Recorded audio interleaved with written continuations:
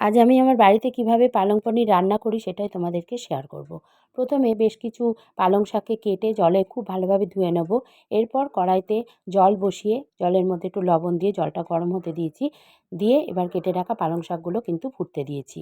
5 minute মতো ফোটাবার পর তারপর একটা ঝাঁঝরি থালার মধ্যে ঢেলে খুব ভালোভাবে জলটা নিংড়ে নিয়ে একটা মিক্সিং জারের মধ্যে খুব সুন্দর একটা স্মুথ পেস্ট বানিয়ে নিলাম।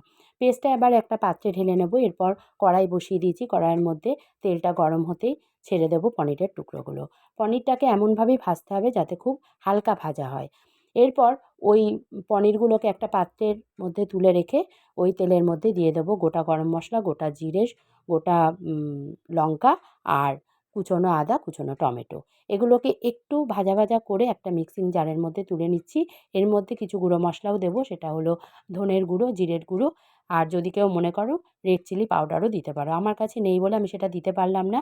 তবে ধনের গুঁড়োটা কিন্তু একটু বেশি দিতে হবে। দিয়ে একটা স্মুথ পেস্ট বানিয়ে রাখলাম।